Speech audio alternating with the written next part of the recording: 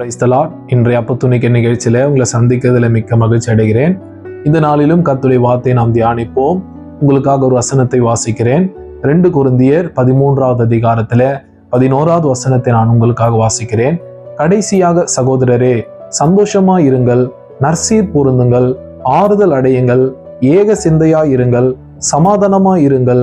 அப்பொழுது அன்புக்கும் சமாதானத்துக்கும் காரணராகிய தேவன் உங்களோட கூட இருப்பார்.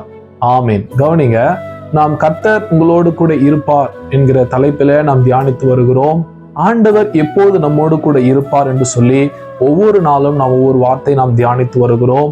அதன்படியில இந்த நாட்கள்ல ஒரு வார்த்தை நான் உங்களுக்காக சொல்லி நான் தியானிக்க போகிறோம். என்ன கேட்டீங்கன்னா, ஏக சிந்தையாய் இருங்கள். அல்லேலூயா. ஏக சிந்தை, ஒன் மைண்ட். அல்லேலூயா. ஒரு மனம். எங்கெல்லாம் ஒரு மனம் இருக்கிறதோ அங்கெல்லாம் கர்த்தர் இருக்கிறார். அல்லேலூயா. நீங்கள் ஒருமனப்பட்டு வரும் பொழுது ஆண்டவர் உங்களோடு கூட இருப்பார். அல்லேலூயா. பாருங்க, இந்த பவுல், அப்போஸ்தலனாகிய பவுல் இந்த கொரிந்து சபைக்கு அவர் உபதேசம் பண்ணுகிறார். நீங்கள் ஏக சிந்தையாயிருங்கள், அப்பொழுது அன்புக்கும் சமாதானத்துக்கும் காரணராகிய தேவன் உங்களோட கூட இருப்பார் என்று சொல்லி அவர் ஆலோசனை கொடுக்கிறார். பாருங்க கர்த்தருடைய பிள்ளைங்களே, ஆண்டவர் உங்களோடு கூட இருக்க வேண்டுமானால் நீங்க ஒருமனமா இருக்கணும், ஒன்னா நீங்க செயல்படணும். எதை செய்தாலும் அல்லேலூயா, நீங்கள் ஒன்றையே நீங்கள் சிந்தித்து அதை செய்ய வேண்டும் என்று சொல்லி இந்த நாட்கள்ல ஆண்டவர் உங்களோடு கூட பேசுகிறார். நீங்க பாருங்க, ஆதி திருச்சபையை நாம் எடுத்து இந்த நாள்ல நாம் தியானிக்க போகிறோம். ஆதி திருச்சபை பாருங்க எப்படி உருவானது நீங்க கேட்டீங்கன்னா, ஆண்டவர் அவர்களை பாத்தீங்கன்னா ஆண்டவர் அவர்களை கொண்டு பலத்த காரியங்களை செய்தார். அல்லேலூயா. நம்ம அப்போஸ்தலர் 2வது அதிகாரத்துல நாம் தியானிக்கிறோம். ஒரு பெரிய எழுப்புதலை ஆண்டவர் அவர்கள் மூலமாய் கொண்டு வந்தார். அல்லேலூயா.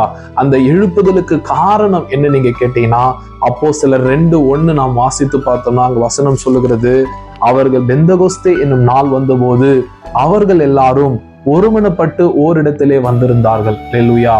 அவர்கள் எல்லாரும் ஒருமனப்பட்டார்கள். அல்லேலூயா. யார் அவர்கள் ஒருமனப்பட்டார் நீங்க கேட்டீங்கன்னா, 12 சீஷர்கள். இந்த 12 சீஷர்கள் இயேசு கிறிஸ்துவோடு கூட இருந்தபோது தங்களில் யார் பெரியவன் என்று சொல்லி தங்களுக்குள்ளே அவர்கள் முறுமுறுத்து கொண்டார்கள். அல்லேலூயா.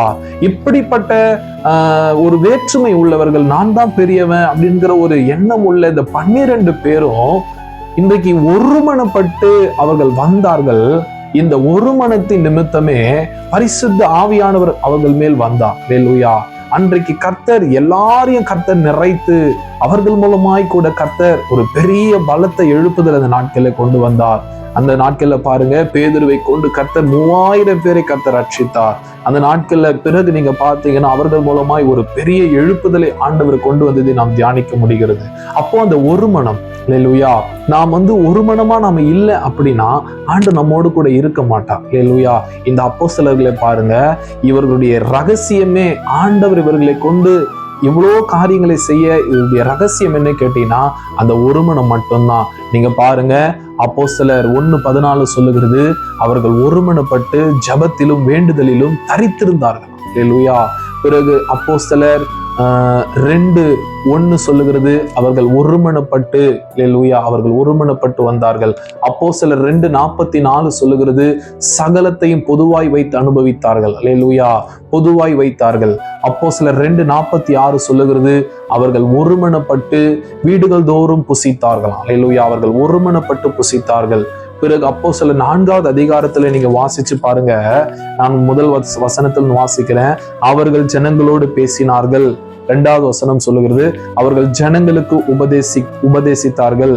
3வது வசனம் சொல்லுகிறது, அவர்களை பிடித்து சாயங்காலமாயிருந்தபடினால் மறுநாள் வரைக்கும் காவலில் வைத்தார்கள். இப்படி அந்த தொடர்ச்சியா நீங்க பாத்தீங்கன்னா அவர்கள் தான் வரும். அவன் அவள் எப்படி சொல்லி ஒருமையில இல்லாம எல்லாம் பன்மையில வருகிறத நாம் பார்க்க முடிகிறது. அப்போ அவர்கள் எதை செய்தாலும், சிறைச்சாலைக்கு போனாலும் கூட அவர்கள் ஒரு மனமாகவே அவர்கள் சிறைச்சாலைக்கு போனார்கள். இந்த ஒரு மனம் தான் அந்த ஏர்லி சர்ச்சுடைய ஒரு பெரிய ரிவைவலுக்கு அவர்களுக்கு வித்திட்டது. அல்லேலூயா. தேவனாகிய கர்த்தர் எப்போதும் அவர்களோடு கூட இருந்தார். காரணம் அவர்களுக்குள்ள இருந்த அந்த ஒரு மனம் தான், அந்த ஒன் மைண்ட். எதை செஞ்சாலும் ஒரே மைண்ட் அவங்களுக்குள்ள இருந்துச்சு. எதை செஞ்சாலும் அவங்களுக்குள்ள ஒரு மனம் இருந்துச்சு. சண்டை இல்லை அவங்களுக்குள்ள 2 ஐடியா கிடையாது. அல்லேலூயா. நான் ஒரு ஐடியா சொல்றேன், நீ ஒரு ஐடியா சொல்லுங்கிற அந்த ஒரு பாகுபாடு இங்க கிடையாது. எல்லாம் ஒன்னாவே செயல்பட்டு கொண்டிருந்தான். அல்லேலூயா. பாருங்க, இன்னொரு வசனத்தை கூட நாம் வாசிக்கிறோம். பிலிப்பியர்ல கூட ஒரு வசனத்தை நான் வாசிக்கிற பாருங்க. பவுல் அங்க சொல்றாரு, பிலிப்பியர் 2:1 நான் வாசிக்கிற பாருங்க. ஆதலால் கிறிஸ்துவுக்குள் யாதொரு ஆறுதலும், அன்பினாலே யாதொரு தேறுதலும், ஆவியின் யாதொரு ஐக்கியமும், யாதொரு உருக்கமான பட்சங்களும் இரக்கங்களும் உண்டானால் நீங்கள் ஏக சிந்தையாய் இருந்து ஏக அன்புமுள்ளவர்களாய் இருந்து இசைந்த ஆத்துமாக்களாய் ஒன்றையே சிந்தித்து என் சந்தோஷத்தை நிறைவாக்குங்கள். அதாவது நீங்க எதை செய்தாலும், நீங்க ஆறுதல் படுத்துறீங்களா, நீங்க ஒருமனப்பட்டு வரீங்களா, எதை செஞ்சாலும் ஒன்னா இருங்க, ஒரே சிந்தையா செய்யுங்க அப்படி சொல்லி அப்போஸ்தலனாகிய பவுல் புத்தி சொல்லுகிறது நாம் பார்க்க முடிகிறது. அல்லேலூயா. ஆகையினால் கர்த்தருடைய பிள்ளைங்களே, ஆண்டவர் உங்களோடு கூட இருக்கணுமா? நீங்க ஒருமனமா இருங்க. உங்க சர்ச்சில் ஒருமனம் இருந்தா ஆண்டவர் உங்க சபையில கர்த்தர் இருப்பார். உங்க ஊழியத்துல நீங்க ஒருமனப்பட்டிருந்தீங்கன்னா ஆண்டவர் உங்களோடு கூட உங்க ஊழியத்திலிருந்து பலத்த காரியங்கள் ஆண்டவர் செய்வார். ஒருவேளை உங்க குடும்பம் ஆசீர்வதிக்கப்படணுமா, நீங்க கணவன் மனைவி பிள்ளைகளா ஒருமனமா இருங்க. அல்லேலூயா. நீங்க நண்பர்களா செயல்படுறீங்களா, நீங்க ஒருமனமா செயல்படுங்க. அப்பதான் ஆண்டவர் உங்களோடு கூட இருப்பார். அல்லேலூயா. கர்த்தர் தான் உங்களை ஆசீர்வதிப்பார். ஆமென்.